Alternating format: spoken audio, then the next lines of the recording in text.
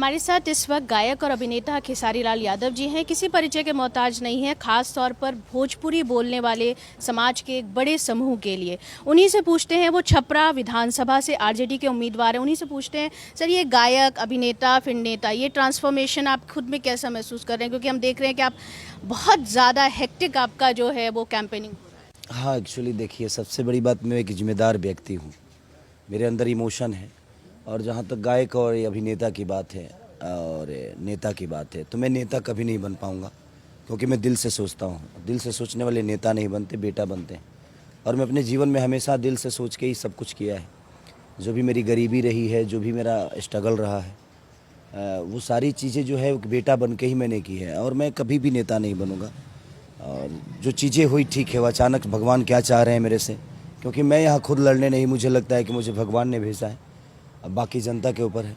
ये आप बार बार रिपीट कर रहे हैं कि मैं नेता नहीं बल्कि बेटा हूँ, लेकिन लालू यादव जी भी नेता हैं, तेजस्वी जी भी नेता, ये सब तो नेता की कैटेगरी में ही आ रहे हैं ना। तो नेता और बेटा में फिर अंतर क्या है? देखिए, वो नेता और बेटा में अंतर ये है कि एक बेटा जो होता है वो अपने परिवार की जिम्मेदारी समझ के रोज़ की रोजगारी करके भी अपने बच्चों का पेट पाल लेता है, अपने बुजुर्गों का ख्याल रख लेता है। और नेता के पास पावर होने के बावजूद भी वो ना किसी का भला कर पाता है, और वो बहुत ग्रांटेड ले लेता है अपनी इस फैमिली को। अगर दुनिया में कोई भी आदमी अपने 2 लोगों को भी फैमिली बना लेता है, तो 2 लोगों का ख्याल रखता है। तेजस्वी जी और लालू जी क्या मतलब ये ग्रांटेड ले रहे हैं हमारे समाज को? नहीं, तेजस्वी जी ग्रांटेड नहीं ले रहे हैं। जो नई सरकार है वो ग्रांटेड ले रही है, जो अभी 15 साल से चल रही है। आज व्यवस्था बिगड़ी है किसके कारण? इन्हीं लोगों के कारण। कोई पलायन पे बात ही नहीं कर रहा है, लोगों को रोकने का कोई बात ही नहीं कर रहा है। सिर्फ हम जंगल राज की बातें हो रही है, नचनिया बजनिया की बात हो रही है। पता किस ये नेता लोग ना अपना भाषा ही नहीं चेंज कर पा रहे हैं। लोगों के विकास की बात एक आदमी कर रहा है, नहीं कर रहा है। सिर्फ एक दूसरे को नीचा दिखाने पे सबके सब लगे हुए हैं। बट मैं किसी को नीचा नहीं दिखाता, क्योंकि मुझे पता है यार, इंसान बुरा नहीं होता है। हर इंसान इंसान ही होता है। उसकी सोच बुरी होती है और उसका करने का तरीका बुरा हो सकता है। इसीलिए मैं किसी का विरोध नहीं कर रहा हूँ, ना मैं किसी का विरोध करने आया हूँ। यहाँ की समस्या सुलझाने आया हूँ।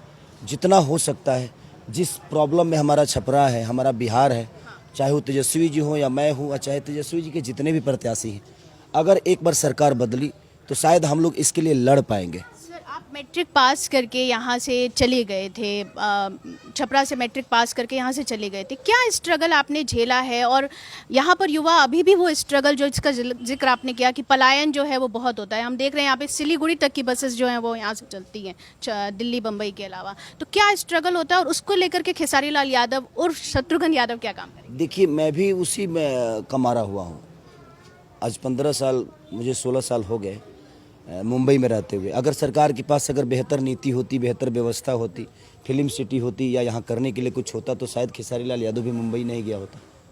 तो विषय वही है कि यहाँ की व्यवस्था जो है ना कहीं बहुत लूजर है, और यहाँ के लोगों को जनता की कोई चिंता नहीं है।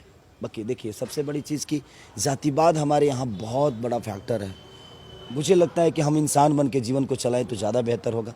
ये जातिवाद हमें परेशान कर रहा है, और जातिवाद से हम कहीं ना कहीं अपने बच्चों का भविष्य बर्बाद कर रहे हैं। आपने एक टर्म यूज़ किया नचनिया गवनिया का। सम्राट चौधरी ने भी कहा कि नाचने वाले को यहाँ पर खड़ा कर दिया है, क्योंकि बीजेपी इस कॉन्स्टिट्यूंसी को पिछले 3 बार से अपने हाथ में लिए हुए है। तो आप इसको कैसे देखते हैं? तब जबकि मनोज तिवारी भी हैं, पवन सिंह भी हैं, निरहुआ भी हैं, और रवि किशन भी हैं, और सब एक ही खोपचे में। आपने आरजेडी क्यों चुना, और आप इस कमेंट को किस तरीके? आपके सवाल में ही आपका जवाब है। आपको नहीं लग रहा है? और जहाँ तक रही सम्राट चौधरी जी की बात, तो मेरे बड़े भाई हैं, और मैं अपने बड़े भाई के लिए कुछ तो है, लेकिन वो एक कला पर, एक अभिनेता का, और उस पर भी तो टिप्पणी कर रहे हैं। बिल्कुल बड़े भाई। अच्छी बताइए, उनके पास मेरे बारे में कहने के लिए क्या है? मेरे बारे में कहने के लिए सम्राट भैया के पास क्या है? कुछ नहीं है।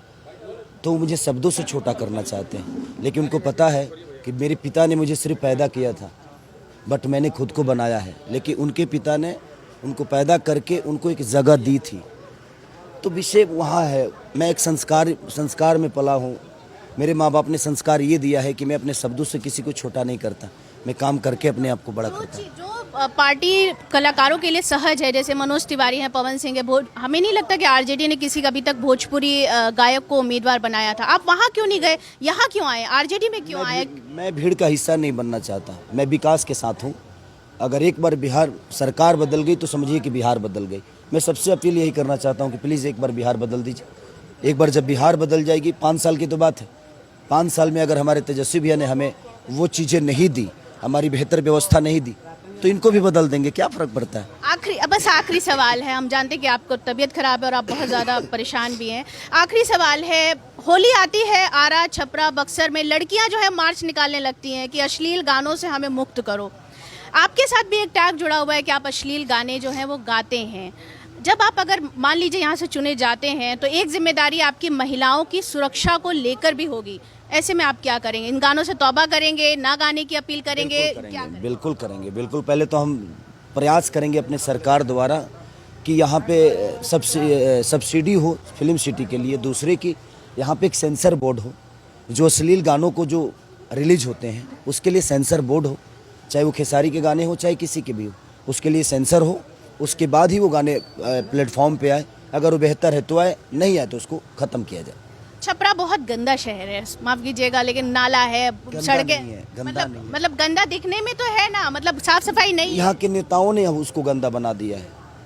यहाँ के क्या क्या करेंगे छपरा के लिए, शहर के? छपरा में बहुत कुछ करना है। भिखारी ठाकुर भी जुड़े हुए हैं। तो कह रहा हूँ, छपरा में कुछ हुआ ही नहीं है, सब तो करना ही है। क्या हुआ है?